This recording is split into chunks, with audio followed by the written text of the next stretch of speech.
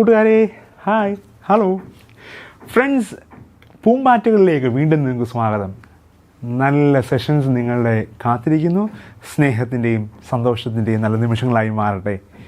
കളിക്കാനും ചിരിക്കാനും ആർക്കാ ഇഷ്ടമല്ലാത്തത് അല്ലേ? ചില കൂട്ടുകാർ നമ്മുടെ കൂടെ ഒപ്പം വരുന്നുണ്ട്, ടിങ്കുവും കുക്കുവും ഒക്കെ വരുന്നുണ്ട്. സോ തീർച്ചയായിട്ടും നമുക്ക് എൻജോയ് ചെയ്യണം. ഇന്നൊരു ഗെയിമുണ്ട്, തീർച്ചയായിട്ടും നമുക്ക് കളിക്കുകയും ചെയ്യണം. അങ്ങനെയെങ്കിൽ department of sacred music and communication നമുക്കായിട്ട് അവതരിപ്പിക്കുന്നു പൂമ്പാറ്റകൾ.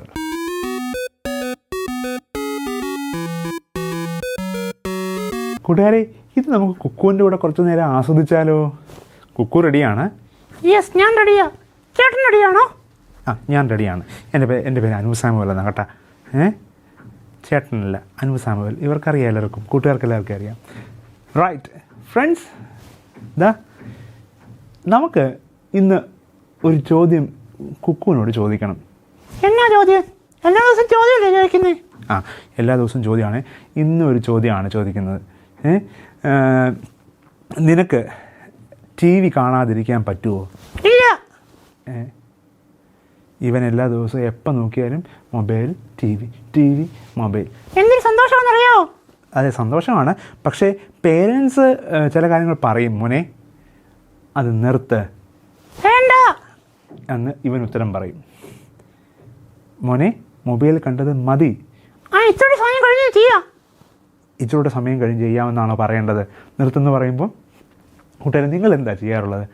അമ്മ വിളിക്കാറുണ്ട്, മോനെ മോളെ ഇതൊന്നും വന്ന് ചെയ്തേ. ചില കൂട്ടുകാരാണെങ്കിൽ കേൾക്കാത്ത പോലെ ഇരിക്കും. ശരിയാ. നീയും അങ്ങനെ കേൾക്കാത്ത പോലെ ഇരിക്കും. ശരിയാണോ അങ്ങനെ ചെയ്യുന്നത്?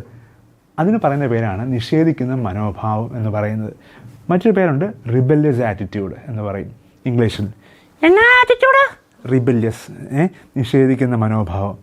കൂട്ടുകാരെ, പേരൻസിനെ നിങ്ങൾ നിഷേധിക്കാറുണ്ടോ? പേരൻസ് പറയുന്നത് കേൾക്കും, പക്ഷേ അനുസരിക്കാറില്ല. ഞാൻ കേൾക്കാറുണ്ട്, പക്ഷേ ഒന്നും തിരിച്ചു പറയാറില്ല. ഇവൻ കേൾക്കും, ഞാൻ പറയുന്നതൊക്കെ ഇവൻ കേൾക്കും, പക്ഷേ തിരിച്ചൊന്നും റിപ്ലൈ തരാറില്ല.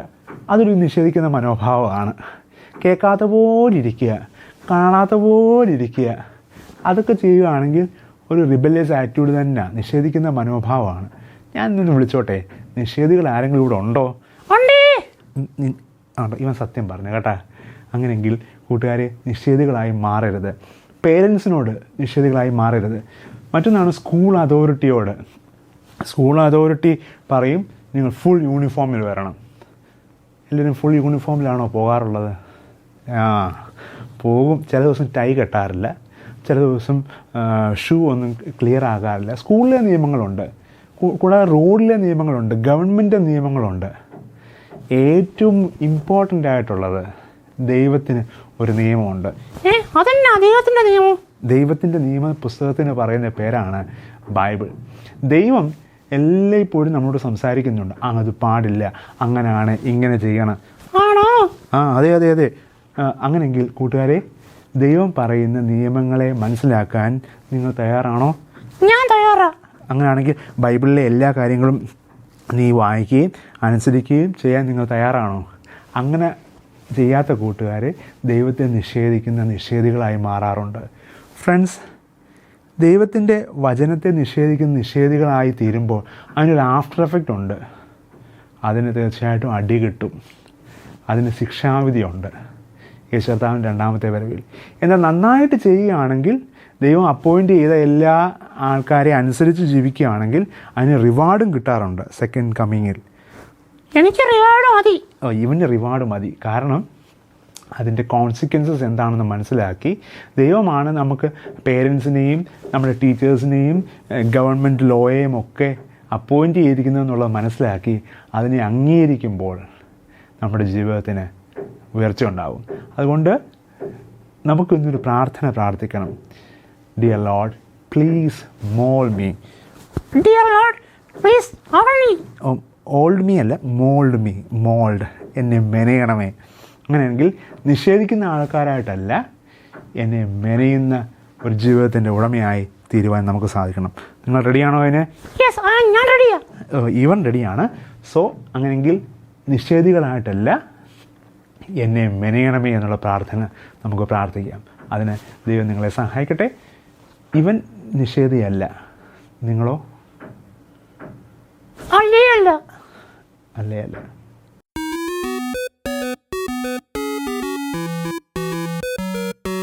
കൂട്ടുകാരെ, ഒരു ആക്ടിവിറ്റി സോങ് പഠിച്ചാലോ? 4 വരിയുള്ള പാട്ടാണ്. പൂക്കൾ പൂക്കൾ റോസാപ്പൂക്കൾ. ഒന്നാമത്തെ ലൈൻ ഏതാണ്? പൂക്കൾ പൂക്കൾ റോസാപ്പൂക്കൾ, നാം യേശുവിൻ റോസാപ്പൂക്കൾ. രണ്ടാമത്തെ ലൈനാണ് നാം യേശുവിൻ റോസാപ്പൂക്കൾ. നിറമുള്ള, മണമുള്ള, ഗുണമുള്ള, ചന്തമുള്ള, നാം യേശുവിൻ റോസാപ്പൂക്കൾ. ഇതാണ് 4 വരി. സോ എന്നാൽ ഇതിൻ്റെ ഇടയ്ക്ക് നമ്മളൊരു ക്ലാപ്പ് ചെയ്യുന്നുണ്ട്. Clap and snap.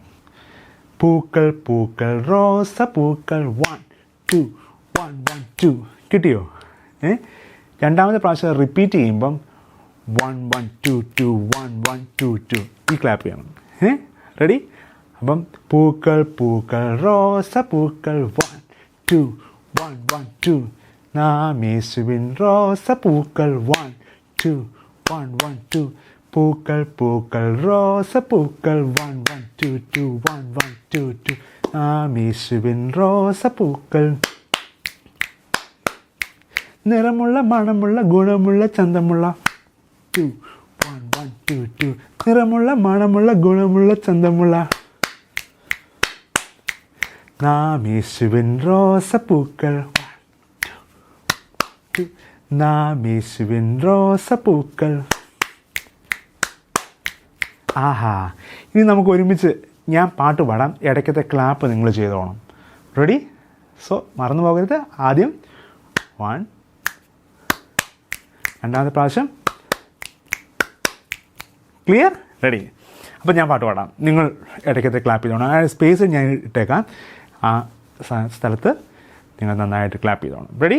അങ്ങനെയാണെങ്കിൽ യേശു കർത്താവിൻ്റെ നിറമുള്ള, മണമുള്ള, ചന്തമുള്ള, ഗുണമുള്ള, മനോഹരമായ പൂക്കളാണ്. ആ പൂവിൽ പൂമ്പാറ്റകൾ വന്ന് തേൻ വരാറുമുണ്ട്. അങ്ങനെയാണെങ്കിൽ ഈ പൂമ്പാറ്റകൾ എന്ന പ്രോഗ്രാമിൽ നിങ്ങളൊരു മനോഹരമായ തേൻ കൊടുക്കുന്ന പൂവായി മാറിക്കോ. റെഡിയാണോ? റെഡി.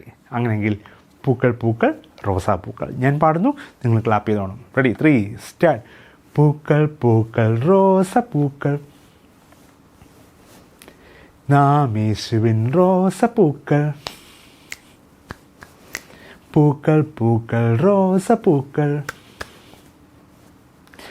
നാം യേശുവിൻ റോസാപ്പൂക്കൾ, നിറമുള്ള, മണമുള്ള, ഗുണമുള്ള, ചന്തമുള്ള, നിറമുള്ള, മണമുള്ള, ഗുണമുള്ള, ചന്തമുള്ള, നാം യേശുവിൻ റോസാപ്പൂക്കൾ, നാം യേശുവിൻ റോസാപ്പൂക്കൾ. എക്സലൻറ്റ്. നിങ്ങൾ നന്നായിട്ട് കറക്റ്റായിട്ട് ക്ലാപ്പ് ചെയ്തു. അങ്ങനെയെങ്കിൽ നിറമുള്ള, മണമുള്ള, ചന്തമുള്ള, ഗുണമുള്ള റോസാപ്പൂക്കളേ. Yes, thank you. ഒരു മാജിക് കൂടെ കാണാം. ഇഷ്ടമുണ്ടോ മാജിക്ക് കാണാൻ? സോ ഇന്ന് മാജിക്കിൻ്റെ കൂടെ നമ്മുടെ കൂടെ ഒരു കൂട്ടുകാരനൂടെ വരും. നിങ്ങളുടെ എല്ലാമായ എബനച്ചാച്ചൻ തന്നെയാണ് വരുന്നത്, നിങ്ങളുടെ കൂടെ ഉണ്ട്. സോ വെൽക്കം ചെയ്യാം എബനച്ചാച്ചനെ. കം ഓൺ, വെൽക്കം എബനച്ചാച്ച, ഓടി വന്നാട്ടെ. സോ ഞാൻ ഇവിടെ 2 സ്മൈലി ബാർസ് കൊടുക്കുന്നുണ്ട്. സോ ഇങ്ങനൊരു സാധനം കൊടുക്കുന്നത്, ഇത് ലോക്ക്ഡാണ്. എബനച്ചാച്ചന് നമ്മളൊരു 20 സെക്കൻഡ്സ് ടൈം കൊടുക്കും. എബനച്ചാച്ചൻ ആകെ പെട്ടിരിക്കുക, കണ്ട. ഈ പ്രശ്നത്തെ എങ്ങനെയെങ്കിലും അഴിക്കാൻ പറ്റുമോ? നോക്കാം. നമ്മുടെ ജീവിതത്തിലൊക്കെ പ്രശ്നങ്ങളുണ്ടല്ലേ, പ്രോബ്ലംസൊക്കെ ഉണ്ട്. സോ എങ്ങനെ എബനച്ചാച്ചൻ്റെ കയ്യിൽ ഞാൻ കൊടുക്കുകയാണ്. എബനച്ചാച്ചൻ ട്രൈ ചെയ്യട്ടെ. അഴിക്കാൻ പറ്റുമോ? കഷ്ടപ്പാട്. തല്ലി ഒടിക്കരുത് എബനച്ചാച്ച, ഒടിക്കരുത്. പക്ഷേ എബനച്ചാച്ചൻ ട്രൈ ചെയ്യുന്നുണ്ട്. നിങ്ങൾ പറ, ഇതുപോലുള്ള പ്രോബ്ലംസ് വരുമ്പോൾ എങ്ങനെ സോൾവ് ചെയ്യും? സോൾവ് ചെയ്യാൻ ദൈവം അപ്പോയിൻറ്റ് ചെയ്ത ചില ആൾക്കാർ നമ്മുടെ കൂടെ ഉണ്ട്. അത് ചിലപ്പോൾ നമ്മുടെ പേരൻസ് ആകാം, ചിലപ്പോൾ നമ്മുടെ പള്ളിയിലെ അച്ഛനാകാം, ചിലപ്പം നമ്മുടെ ഒരു ബെസ്റ്റ് ഫ്രണ്ട് ആകാം. സോ പറ്റുമോ? ഇല്ല. സോ എന്നാൽ ഗോഡ് അപ്പോയിൻ്റ് ചെയ്ത ചില ആൾക്കാർ നമ്മുടെ കൂടെ ഉണ്ടെങ്കിൽ അവർക്കതിനെ എങ്ങനെ സോൾവ് ചെയ്യണമെന്നുള്ള വഴി അറിയായിരിക്കും. അവരത് തുറന്നു തരും. അങ്ങനെയാണെങ്കിൽ ഗോഡ് അപ്പോയിൻ്റ് ചെയ്ത ചില ആൾക്കാരെ നിങ്ങൾ കണ്ടുപിടിക്കണം. അവർക്ക് പറയുന്ന പേരാണ് മെൻറ്റേഴ്സ്. നിങ്ങളെ വഴി നടത്തുന്ന, നിങ്ങളെ സഹായിക്കുന്ന, ദൈവം അപ്പോയിൻ്റ് ചെയ്ത ആൾ. ചില കൂട്ടുകാരാണെങ്കിൽ എന്തെങ്കിലും പ്രോബ്ലംസ് വരുമ്പം അത് ഉള്ളിൽ വെച്ച് ഇങ്ങനെ വിഷമിച്ച് ആരോടും പറയാതെ ഇങ്ങനെ കൊണ്ട് നടക്കും. എവനച്ചാച്ചൻ അങ്ങനെയല്ല. എവനച്ചാച്ചൻ നല്ല കുട്ടിയാണ്. എവനച്ചാച്ചന് മമ്മയുണ്ട്. സോ മമ്മയോട് പറയും. നല്ലോണം സ്നേഹിക്കുന്ന പള്ളിയിലെ അച്ഛനുണ്ട്. സോ അവരോട് പറയും. അവർക്ക് നന്നായിട്ടറിയാം ഇതെങ്ങനെ ആയിരിക്കേണ്ടതെന്ന്. നമുക്ക് ചിലപ്പോൾ അറിയത്തില്ലായിരിക്കാം. അങ്ങനെയാണെങ്കിൽ നമ്മളെ സ്നേഹിക്കുന്ന ഒരു പറ്റ ആൾക്കാർ നമ്മുടെ കൂടെ ഉണ്ട്. അവരെ ദൈവം അപ്പോയിൻ്റ് ചെയ്തതാണ്, മറക്കരുത്. They are ready to help you. God bless you. Friends, അങ്ങനെയൊക്കെ നിങ്ങൾക്ക് ഈ ആക്ടിവിറ്റിയൊക്കെ ഇഷ്ടപ്പെട്ടെന്ന് വിചാരിക്കുന്നു. ഇതുപോലുള്ള ആക്ടിവിറ്റികളും നിങ്ങൾക്ക് ഇഷ്ടമുണ്ടോ? ഇത് അഴിക്കാൻ ഇത് നിങ്ങൾക്ക് പഠിക്കണമെന്നുണ്ടോ? ഇത് വളരെ സിമ്പിളായിട്ടുള്ളൊരു ടെക്നിക്കാണ്. ഇത് സിമ്പിൾ മാജിക് ആണെന്ന് വേണമെങ്കിൽ പറയാം. സോ ഇത് പെട്ടെന്ന് നിങ്ങൾക്ക് ചെയ്യാൻ പറ്റും. എങ്ങനെയാണ് ചെയ്യുന്നത്? ഇത് നിങ്ങൾക്ക് പഠിക്കണമെന്ന് ആഗ്രഹമുണ്ടോ? നിങ്ങളെ പഠിപ്പിക്കാൻ ഞാൻ. സിമ്പിളാണ്. ഇതിൻ്റെ സ്മൈലിയുടെ 2 സൈഡിലും അങ്ങോട്ട് നിൽക്കുന്നു.